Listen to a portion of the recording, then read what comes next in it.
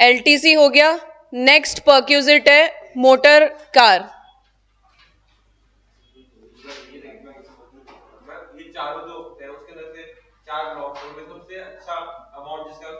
हाँ हाँ, 2 जर्नी अपने मन से कोई सी भी, आपको जिसमें मैक्सिमम एग्जेम्पशन मिल रही है वो 2 जर्नी कोई सी भी आप क्लेम कर सकते हो। ठीक है, नेक्स्ट प्रोविजन पढ़ेंगे वैल्यूएशन ऑफ मोटर कार।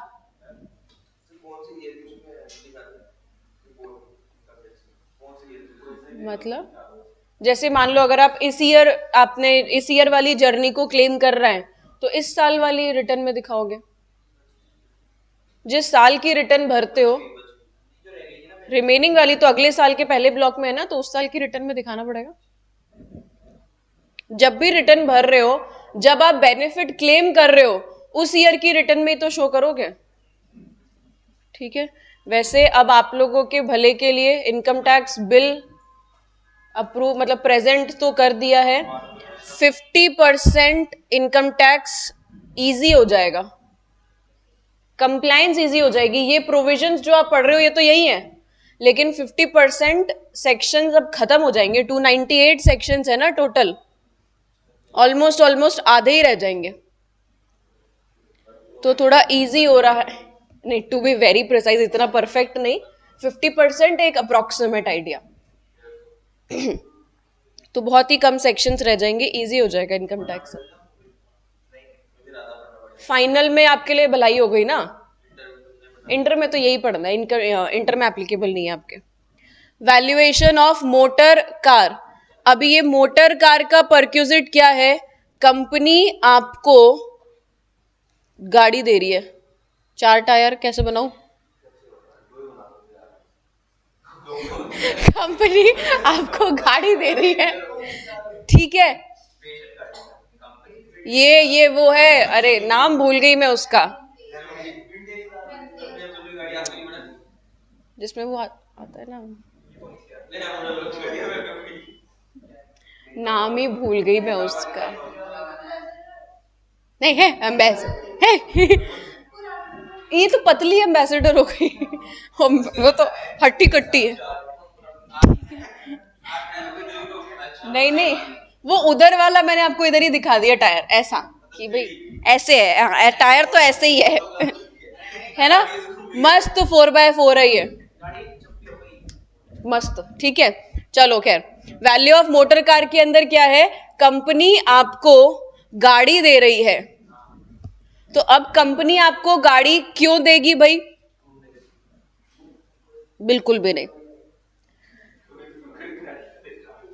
इस बात को समझना, कंपनी ने अगर आपको गाड़ी दी है first for only official purpose,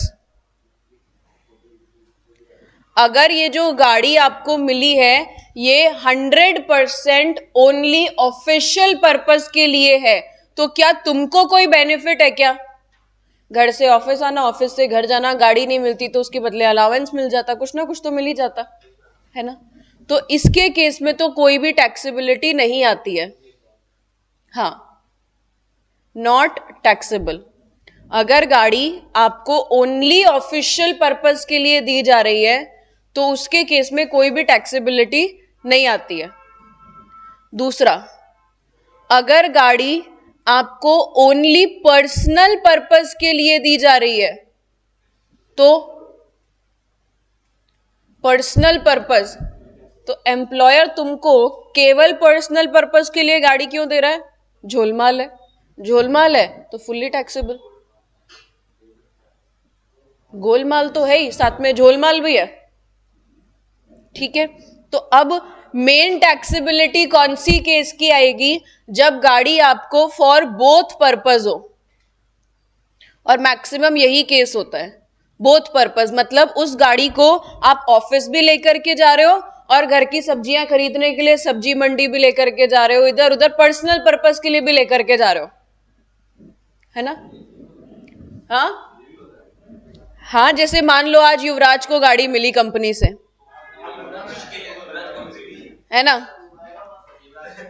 युवराज को कंपनी से गाड़ी मिली, अब युवराज उस गाड़ी को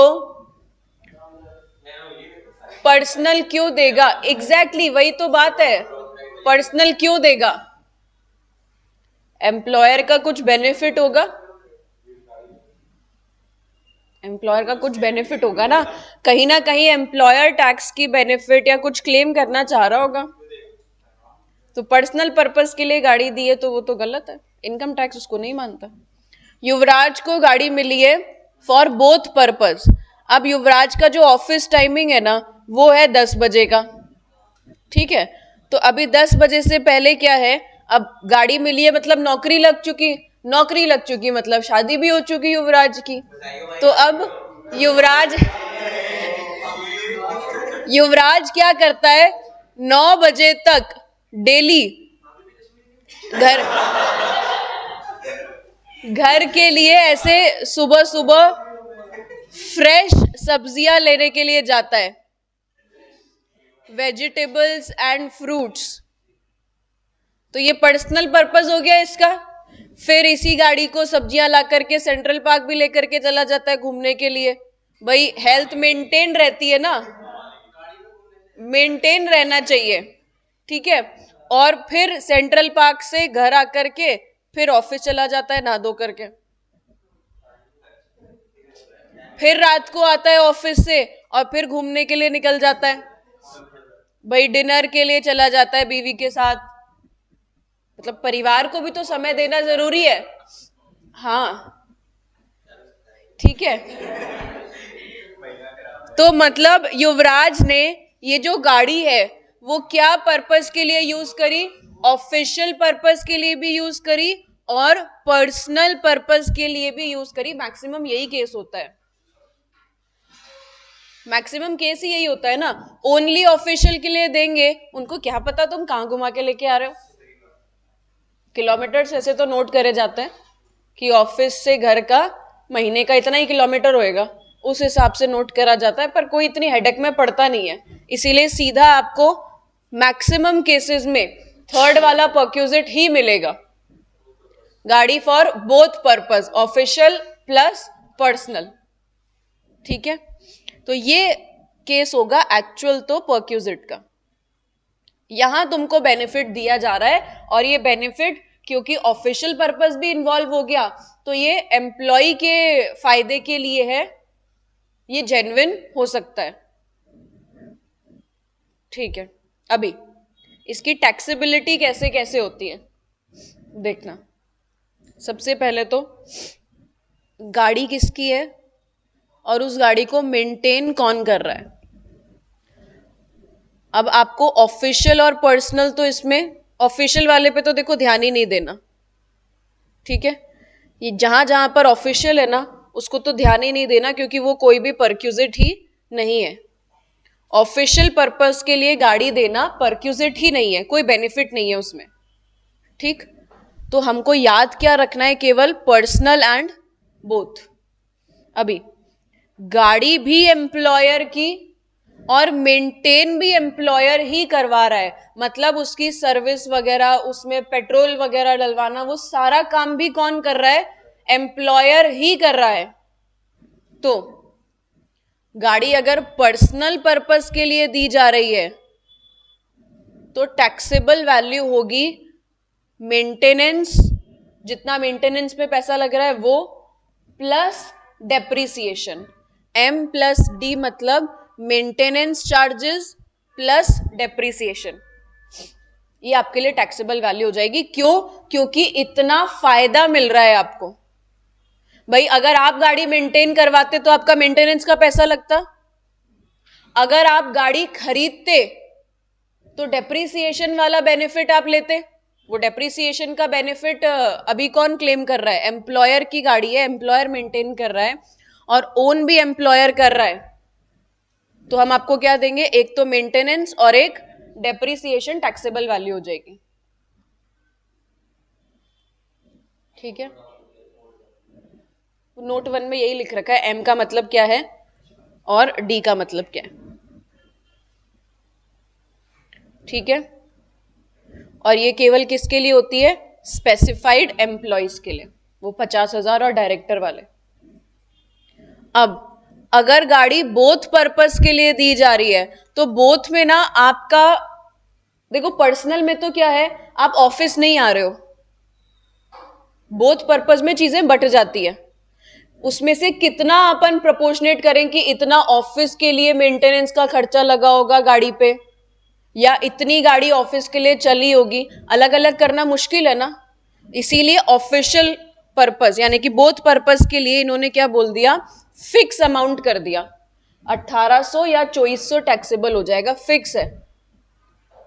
एक्चुअल कुछ भी हो, फिक्स्ड अमाउंट टैक्सेबल हो जाएगा 1800 या फिर 2400 पर मंथ, या तो 1800 होगा या फिर 2400 होगा। अगर गाड़ी अप टू 1600 सीसी है तो 1800, अबव 1600 सीसी है तो 2400 क्यूबिक कैपेसिटी।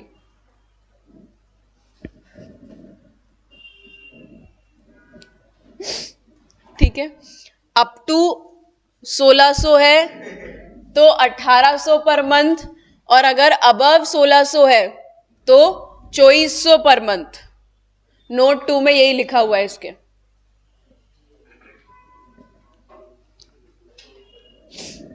ओके, गाड़ी भी एम्प्लॉयर की, मेंटेन भी एम्प्लॉयर कर रहा है, पर्सनल पर्पस टैक्सेबल होगा maintenance plus depreciation, both purpose taxable होगा 1800 या 2400 पर मंथ फिक्स। फिर एक्चुअल खर्चों पे ध्यान ही नहीं देना है। अगर बोथ पर्पस है ना तो आपको एक्चुअल एक्सपेंडिचर पे ध्यान ही नहीं देना है, पढ़ना ही नहीं है क्वेश्चन में एक्चुअल एक्सपेंडिचर। बोथ पर्पस आ गया, लिमिट फिक्स कर दी है। फिक्स इसलिए कर दी ताकि ज्यादा झंझट ना हो। कहाँ आप देखने बैठोगे कि गाड़ी कितनी ऑफिस के लिए चली, कितना पर्सनल के लिए चली, तो उसमें से ऑफिस वाले को हटाएं, पर्सनल वाले को टैक्सेबल करें, इतनी माताफोड़ी नहीं हो, इसलिए फिक्स कर दिया 1800 और 2400। ठीक है, ये भी किस हिसाब से, क्यूबिक कैपेसिटी के हिसाब से कि भाई इतनी उसकी कैपेसिटी है तो उतना पेट्रोल उसमें डला होगा इतने महीने, मतलब एक महीने के हिसाब से अगर आप काउंट करो तो इतना उसका खर्चा आ रहा होगा। कितना एवरेज देती है क्या है। ठीक है, पहला केस गाड़ी भी एम्प्लॉयर की, मेंटेन भी एम्प्लॉयर ही कर रहा है। अच्छा, एक केस मुझे जरा बताओ, गाड़ी भी अगर एम्प्लॉय की और मेंटेन भी एम्प्लॉय कर रहा है तो क्या हो सकता है।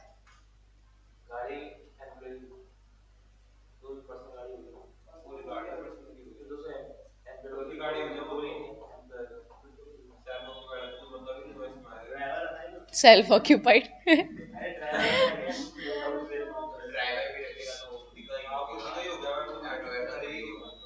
है ना, ये चीज क्लियर है ना। अगर गाड़ी भी खुद की और मेंटेन भी खुद ही कर रहा है तो ये तो कोई बात करने की बात नहीं है। ठीक है, ये पर्सनल है, ट्रैवलिंग मिलेगा तो वो अलाउंस में देखेंगे ना। ठीक है, अब गाड़ी एम्प्लॉयर की पर मेंटेन कौन कर रहा है, एम्प्लॉय कर रहा है। मतलब आपको पैसा तो मिल रहा है पर छप्पड़ फाड़ के नहीं मिल रहा, ऊपर तो छप्पड़ फाड़ के पैसा मिल रहा था, अरे वाह, गाड़ी भी उसकी, मेंटेन भी वही कर रहा है ना। इधर तो छप्पड़ फाड़ के पैसा मिल रहा था, इधर थोड़ा कंजूसी से मिल रहा है। गाड़ी तो मिल रही है लेकिन मेंटेन आप कर रहे हो, आप मेंटेन कर रहे हो तो टैक्सेबल अमाउंट थोड़ा कम होगा ना। तो ठीक है, ऑफिशियल तो होता ही नहीं है, और पर्सनल में मेंटेनेंस खर्चे हटा दो, क्योंकि मेंटेनेंस खर्चे वाकई में आपके लगे हैं, तो वो आपके लिए टैक्सेबल थोड़े ना करेंगे, वो तो आपका खर्चा है। ऊपर टैक्सेबल इसलिए कर रहे थे क्योंकि ये पैसा आप बचा रहे थे, तो money saved is money earned. इधर कोई खर्चा लग नहीं रहा तो ओनली डेप्रिसिएशन। मेंटेन आप कर रहे हो तो ओनली डेप्रिसिएशन। और बोथ पर्पस है तो भी टैक्सेबिलिटी कम हो गई, 600 और 900। Per month. 600 कब? अप टू 1600 और 900 अबव 1600। 600 और 900 पर मंथ। ठीक है, समझ आया? दो केसेस हो गए जिसमें गाड़ी एम्प्लॉयर की है। गाड़ी एम्प्लॉयर की, मेंटेन भी अगर वही कर रहा है तो तुमको ज्यादा बेनिफिट मिल रहा है, ज्यादा बेनिफिट मिल रहा है तो टैक्सेबिलिटी भी ज्यादा होगी। पर्सनल में M+D और बोथ में 1800 या फिर 2400। पर अगर गाड़ी मेंटेन आप कर रहे हो तो पर्सनल में ओनली डेप्रिसिएशन और बोथ में 600 या फिर 900।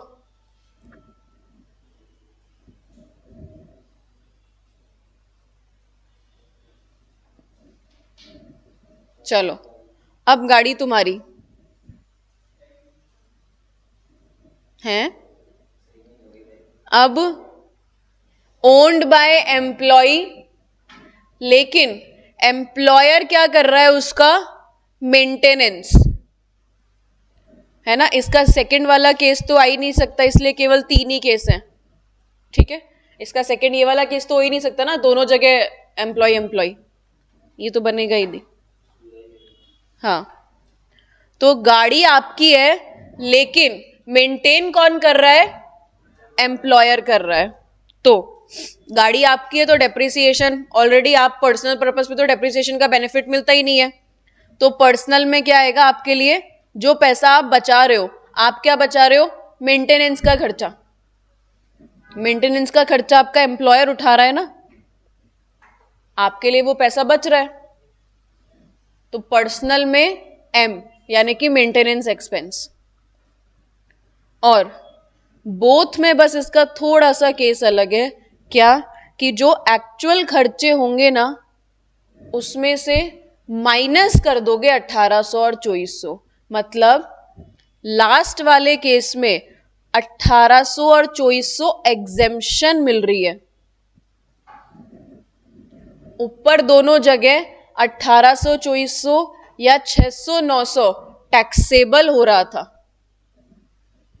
लास्ट वाले केस में, लास्ट वाला केस कौन सा? जब गाड़ी आपकी पर मेंटेन एम्प्लॉयर कर रहा है तो आपको कुछ अमाउंट की एग्जेम्पशन मिल जाती है, ये अमाउंट लेस हो जाएगा एक्चुअल जो खर्चा लगा उसमें से।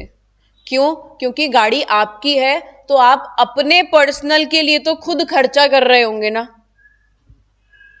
इसीलिए थोड़ा 1800 और 2400 का अमाउंट एग्जेम्प्ट कर देते हैं। ठीक है, उसमें वो टैक्सेबल है। हाँ, और इधर ये एग्जेम्प्ट है। अभी क्वेश्चन से समझ जाओगे, बस इतना एक बार के लिए याद कर लो कि नहीं, डेप्रिसिएशन गाड़ी पर्सनल पर्पस की है ना इसकी, तो बोथ पर्पस है, तो इसका मतलब बोथ में हम इसने तो क्यों खरीदी होगी?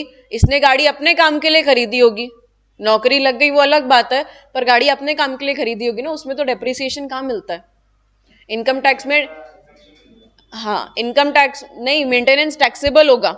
ये कॉलम पूरा टैक्सेबल का चल रहा है, इस कॉलम में केवल ये लास्ट वाली एक एग्जेम्पशन है बस। जो लास्ट वाला अमाउंट है ना, एक्चुअल में से 1800 2400 माइनस होंगे, और ये सारे एम्प्लॉयज के लिए होता है। लास्ट वाला केस इंपॉर्टेंट है, ध्यान रखना इसको, ये सारे एम्प्लॉयज के लिए होता है। ऊपर के केसेस ओनली स्पेसिफाइड के लिए चल रहे थे।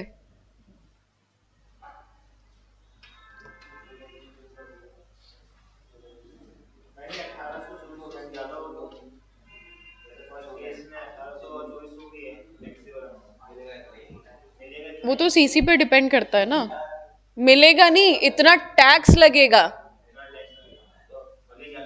हाँ, एक्चुअल कुछ भी हो, कम भी हो तो भी।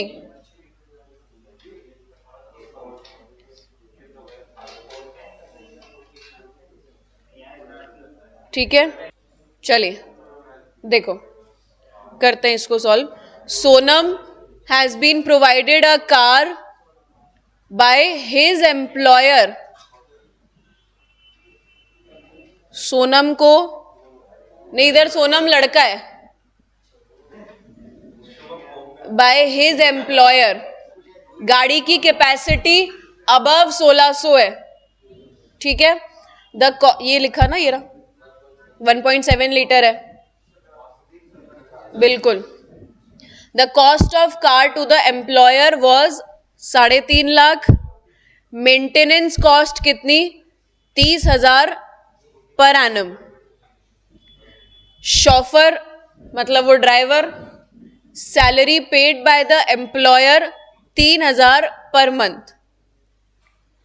ड्राइवर भी है, इसका मतलब ये है, इस लाइन का मतलब कि ड्राइवर भी है और उस ड्राइवर की सैलरी कितनी है? 3,000 per month. Find the value of perquisite for Sonam. अगर ऑफिशियल पर्पज है, पर्सनल पर्पज है या फिर बोथ पर्पज है। और एक और बात ध्यान रहे, बी और सी केस में एम्प्लॉय से 15,000 पर एनम रिकवर किया जा रहा है इस फैसिलिटी का, तो बेचारे की जेब से 15,000 पर एनम तो लग ही रहे, इस पे टैक्स नहीं लगेगा, ठीक है। अब देखो समझना, ये जो नीचे अपने एडिशनल पॉइंट्स थे, इसके अंदर एक तो मैंने आपको डेप्रिसिएशन की रेट बता रखी है कि डेप्रिसिएशन कितना? 10% ऑफ एक्चुअल कॉस्ट। सीसी के बारे में ऑलरेडी बात हो चुकी है। अगर ड्राइवर साथ में दिया जा रहा है तो ड्राइवर का भी 900 पर मंथ लगेगा उसके केस में, हाँ अलग से, ठीक है। ड्राइवर का है 900, फिक्स्ड है ड्राइवर का, ठीक।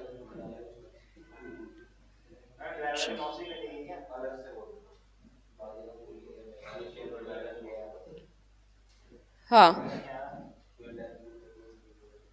देखो, अब इसका सोल्यूशन देखना। सबसे पहले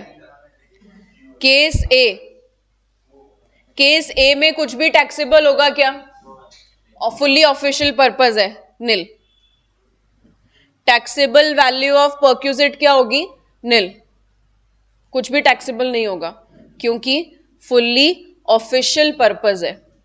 case B personal purpose. Personal purpose में क्या होता है? सबसे पहले देखो गाड़ी किसकी है, has been provided a car, मतलब गाड़ी एम्प्लॉयर की है। गाड़ी को मेंटेन कौन कर रहा है? मेंटेन भी एम्प्लॉयर ही कर रहा है, तो मेंटेनेंस प्लस डेप्रिसिएशन, ठीक है। और क्योंकि ड्राइवर भी दिया जा रहा है तो इसमें ड्राइवर के एक्चुअल एक्सपेंडिचर आएंगे।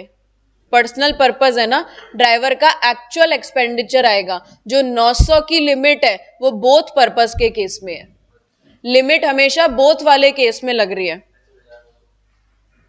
ठीक। तो अब देखो कितना इसके लिए टैक्सेबल होगा, साफ साफ बस ये समझो इसको क्या क्या बेनिफिट मिल रहा है। पहला तो मेंटेनेंस कॉस्ट, मेंटेनेंस कॉस्ट कितना? 30,000 पर एनम।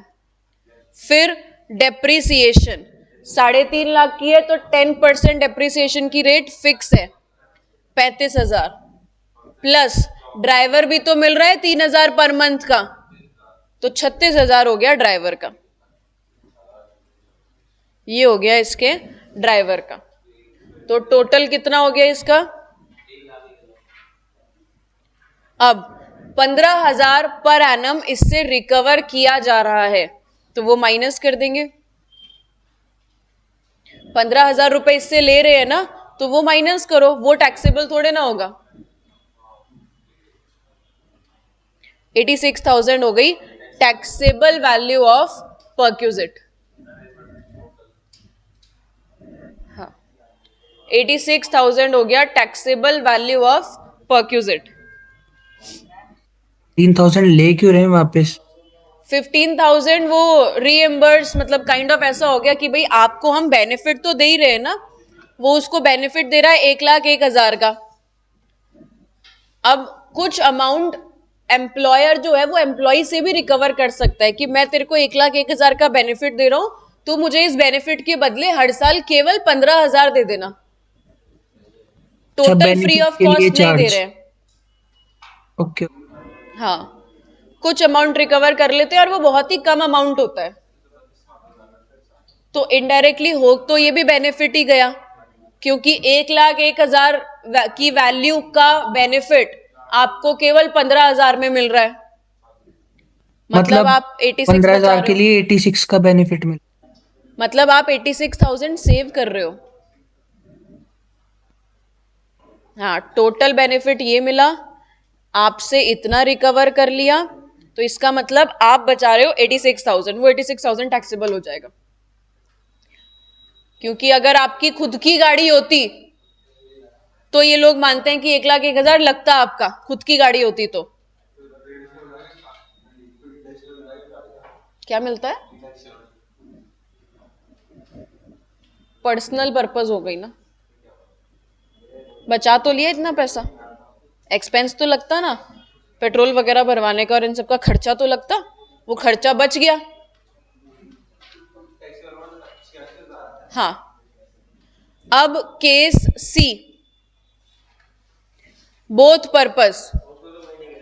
तो बोथ पर्पस में आप देखो, गाड़ी किसकी, एम्प्लॉयर की, खर्चा भी कौन कर रहा है, एम्प्लॉयर। बोथ पर्पस होता है, गाड़ी भी एम्प्लॉयर, खर्चा भी एम्प्लॉयर। 1,600 या 2,400, 2,400 होता है जब अबव 1,600 सीसी हो, तो 2,400 पर मंथ तो वो फिक्स हो गया, और क्योंकि ड्राइवर मिल रहा है तो 900 पर मंथ फिक्स हो गया ड्राइवर का, मतलब 3,300 रुपए पर मंथ इसका टैक्सेबल वैल्यू ऑफ परक्यूजिट हो जाएगा।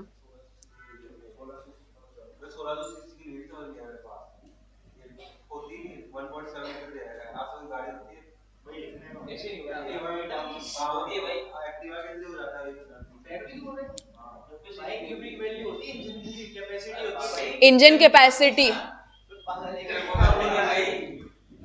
ये कितना पेट्रोल भरवा रहे हो वो वाली बात नहीं होती है।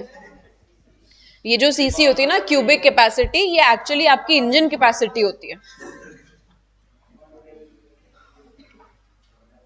ठीक है, तो देखो बोथ पर्पस के केस में पहला तो 2,400 पर मंथ आएगा ही आएगा, क्यों, क्योंकि गाड़ी भी एम्प्लॉयर की और मेंटेन भी एम्प्लॉयर ही कर रहा है, प्लस 900 पर मंथ आ जाएगा ड्राइवर का,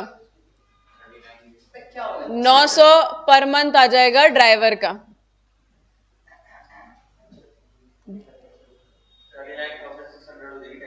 बहुत बहुत धन्यवाद। पर क्वेश्चन में तो लिखा ही नहीं था गाड़ी कितनी। क्वेश्चन में लिखा है ना, देखो ये रहा, has been provided a car, Sonam को गाड़ी दी गई है, किसने दी है, एम्प्लॉयर ने दी है। कितनी? ये लिखा ना 1.7 लीटर,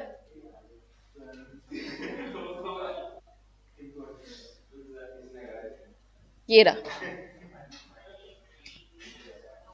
तब ये अप टू, अगर ये अप टू 1.6 होता ना तो हम इसमें लेते 1,800, ये 1.6 से ऊपर है तो हम ले रहे हैं 2,400। ठीक है,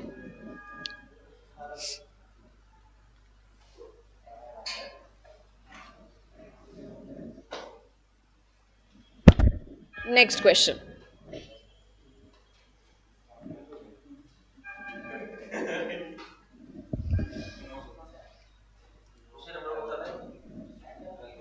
ट्वेंटी वन था, ड्राइवर का 900 फिक्स होता है बोथ पर्पस के केस में। अगर ड्राइवर,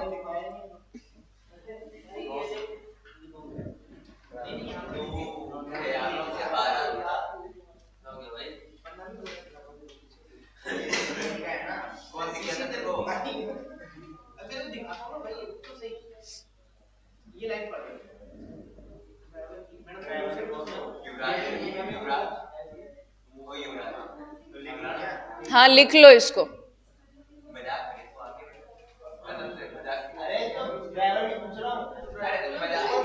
चलिए। मिस्टर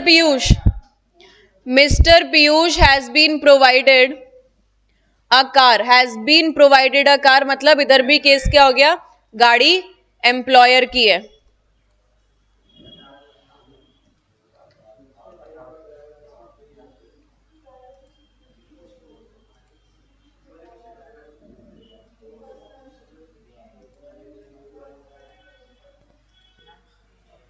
हाँ हाँ वो ठीक है, अब ठीक है। Has been provided a car 1.5 मतलब अप टू 1600 है, ठीक है भाई। ऑन दिस डेट हमारे लिए मैटर ही नहीं करती। The cost of the car, that matter क्यों नहीं करती, क्योंकि डेप्रिसिएशन पूरा आता है। The cost of the car to the employer was 6 lakh and maintenance cost है 20,000 पर एनम। ड्राइवर दिया जा रहा है 4,000 per month. The car is 40% used for office and 60% for, मतलब बोथ पर्पज वाली गाड़ी हो गई, ठीक है। Charges paid by the employer 5,000 per annum. Both purpose की गाड़ी है, आप बताइए कितना अमाउंट टैक्सेबल होगा। गाड़ी एम्प्लॉयर की, मेंटेन भी एम्प्लॉयर ही कर रहा है और ड्राइवर भी मिल रहा है साथ में, तो अप टू 1600 है तो 1800 पर मंथ तो फिक्स हो गया। 1800 पर मंथ फिक्स्ड है, करते ही नहीं है ऐसा कुछ भी, इसमें पूरा पूरा लेता है। 8.5 8.5 नहीं करते, 8 ही करोगे आप। हाँ 8 का ही करोगे इसको, है ना, ये 15 दिन को नहीं देखते। हाँ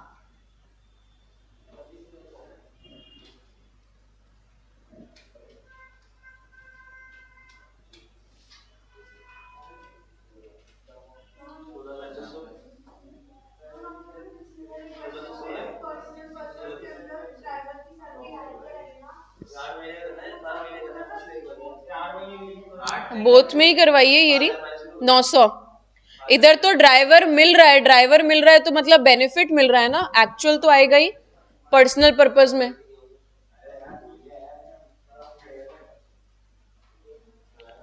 ठीक है, 1800 per month plus 900 per month. अब ये 15 जुलाई, आपको 15 दिन नहीं करने हैं ऐसे, आप काउंट ही कहां से करोगे, आप अगस्त से काउंट करो, अगस्त से काउंट करोगे।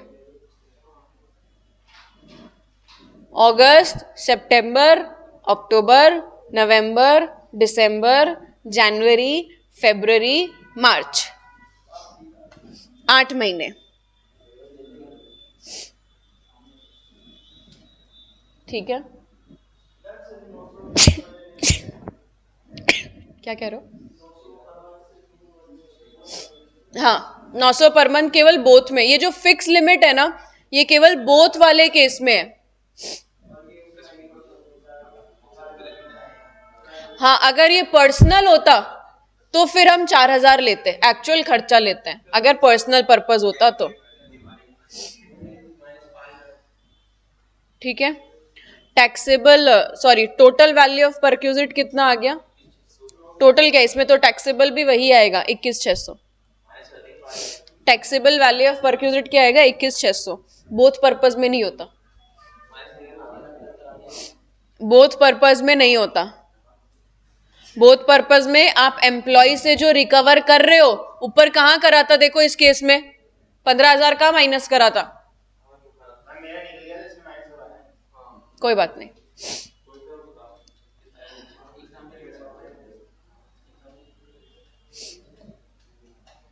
ठीक है, बोथ पर्पस में आपको कोई दिमाग नहीं लगाना है।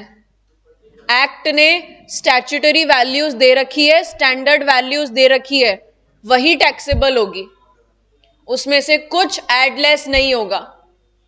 बोथ पर्पस में अपना दिमाग आपको कहां लगाना है, ओनली पर्सनल पर्पस वाले में। हाँ ऑफिस पर्पस वाला तो परक्यूजिट ही नहीं है, वो तो बेनिफिट ही नहीं है, तो बदले में क्या ले रहे हो, मत दो गाड़ी।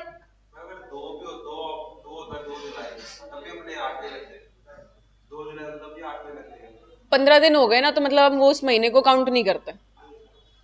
15 से अगर कम होता ना ये, तो उस महीने को लेते। हाँ, डेप्रिसिएशन कहाँ आ रहा है इसमें? ये तो आपको गाड़ी कितने टाइम के लिए प्रोवाइड कराई गई है? गाड़ी आपको पूरे साल के लिए थोड़ी प्रोवाइड कर रहे हैं। जितने महीने, ठीक है।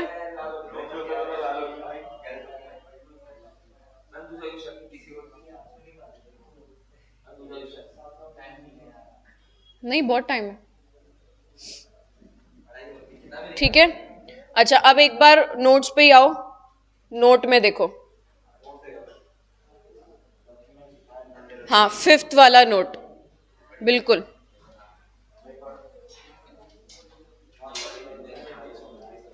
फिफ्थ वाला note, documents required for claiming not taxable perquisite या फिर हायर डिडक्शन।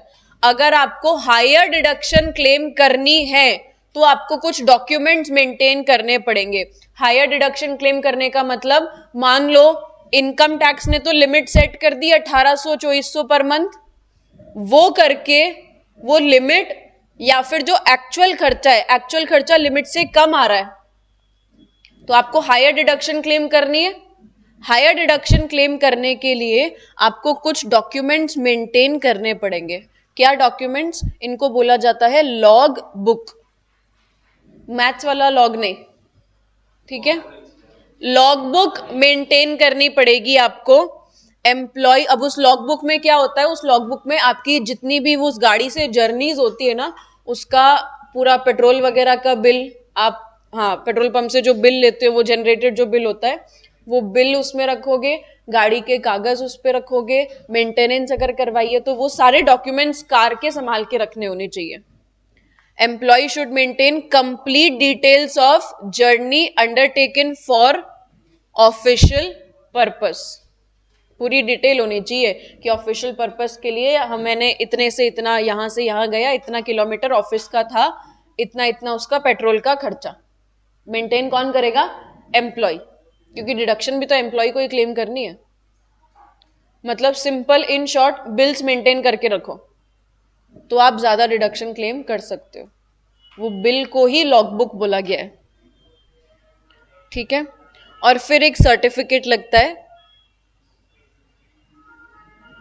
कि भाई हाँ, आप एक्चुअली ऑफिशियल ड्यूटी के लिए ही गाड़ी काम में ले रहे हो, ठीक है। वो सर्टिफिकेट बस उसको चाहिए, फिर वो हायर डिडक्शन क्लेम कर सकता है। अभी हायर डिडक्शन कैसे, एक क्वेश्चन से इस चीज को समझते हैं, है अपने मॉड्यूल में इसका क्वेश्चन।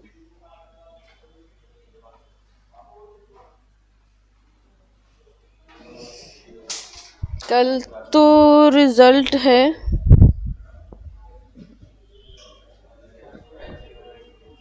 क्या गिरा? नहीं, पेन पेंसिल नहीं, अरे नहीं, फोन गिरता तो मैं इतनी नॉर्मल होती।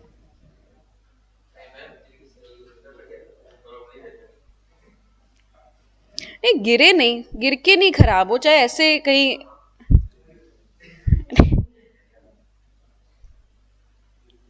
नहीं, चोरी में भी दुख होएगा, ऐसे किसी को दे दो चाहे। ये क्वेश्चन करो। हाँ हाँ, बोलो बोलो। फर्स्ट रैंक लाएगा तो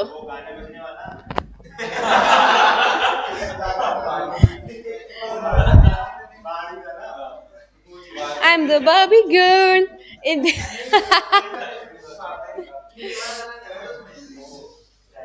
जॉनी जॉनी यस पापा।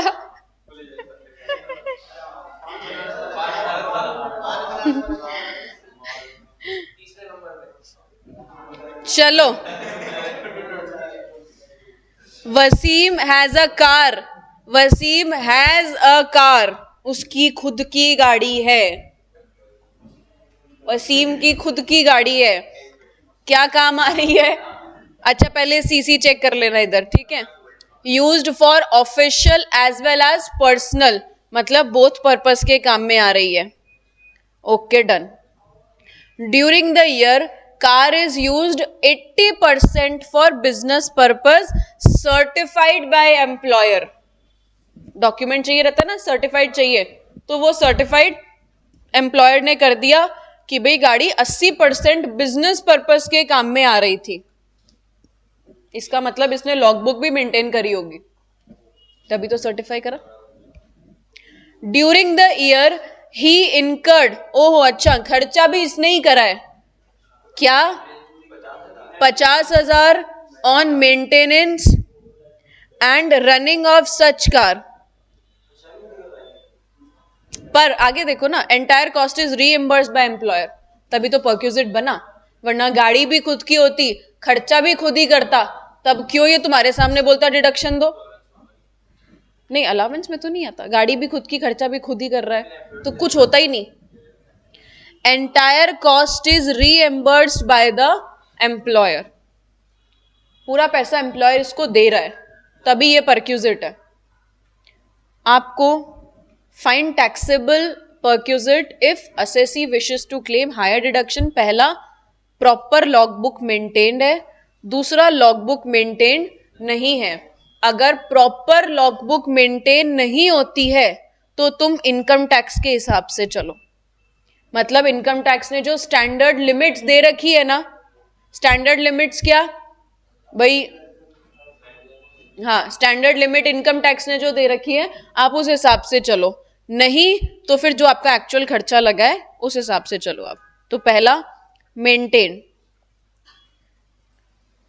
अगर लॉगबुक मेंटेन है, लॉगबुक अगर आपने मेंटेन कर रखी है, तो आपके लिए टैक्सेबल वैल्यू ऑफ परक्यूजिट क्या बन जाएगा? आपको कितना अमाउंट रीइंबर्स हुआ है? 50,000. इस 50,000 में से ऑफिशियल पर्पस वाला कितना था? 80%. 80% ऑफिशियल पर्पस के लिए था. हाँ,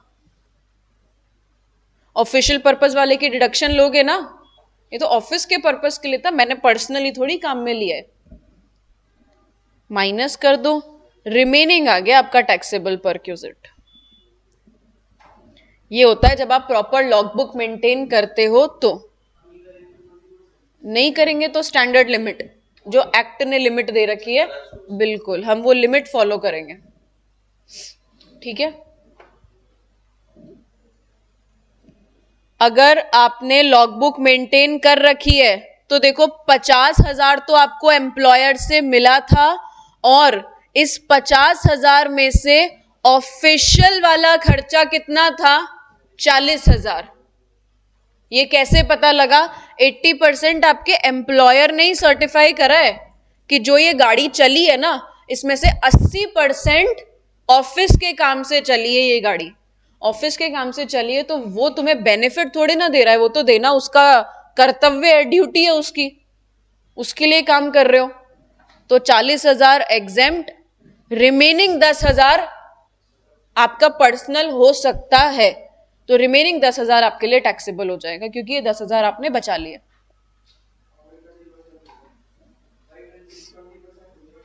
ये तो जब ये 80 है तो ये 20 होगा ना. नहीं, डायरेक्ट नहीं दिखाना है, नंबर कट जाएंगे.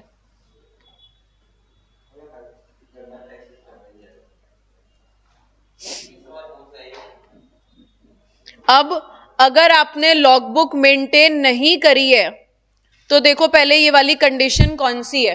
गाड़ी एम्प्लॉय की, मेंटेन एम्प्लॉयर कर रहा है. तीसरी वाली सिचुएशन, तीसरी वाली सिचुएशन में बोथ पर्पस में क्या होता है? एक्चुअल माइनस 1800 या 2400.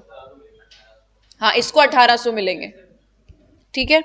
तो एक्चुअल कितना हो गया? 50,000 माइनस 1800 पर मंथ. ड्राइवर के बारे में कुछ बोला नहीं है, तो हम भी नहीं मानेंगे कि ड्राइवर इसको मिला है. 1800 पर मंथ. ठीक है. तो इसके लिए टैक्सेबल वैल्यू ऑफ परक्यूजिट आ गई. ड्राइवर कहां दे रहा है? ड्राइवर दिया ही नहीं ना, बोला ही नहीं है ड्राइवर के बारे में।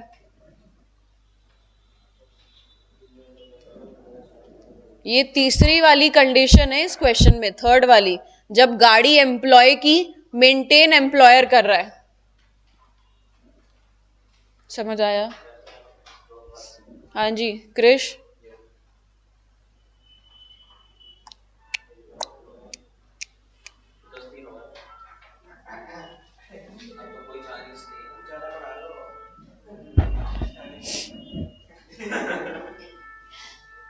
अभी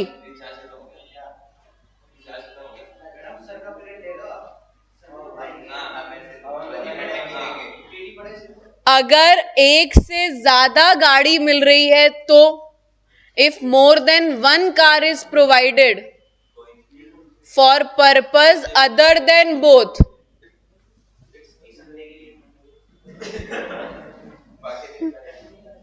एक से ज्यादा गाड़ी अगर आपको प्रोवाइड हो रही है, एग्जैक्टली क्यों करेगा वो? तो क्या तुम इनकम टैक्स को पागल बना रहे हो? है ना? तो फिर क्या होगा, एक गाड़ी तो बोथ पर्पस के लिए मान लेगा इनकम टैक्स की, एक गाड़ी तो बोथ के लिए हो सकती है, रिमेनिंग को क्या मानेगा? पर्सनल। ठीक है? अगर आपको एक से ज्यादा गाड़ियां मिल रही है for purpose other than both, तो एक गाड़ी को तो बोथ मान लेंगे और बाकी की गाड़ियां पर्सनल पर्पस के लिए हो जाएगी। कैसे डिपेंड करेगा, आप अपने हिसाब से निकालो। जैसे आप डीम्ड लेट आउट कंप्यूट करते हो ना, सेम वैसे ही इसका क्वेश्चन कल करेंगे। Thank you.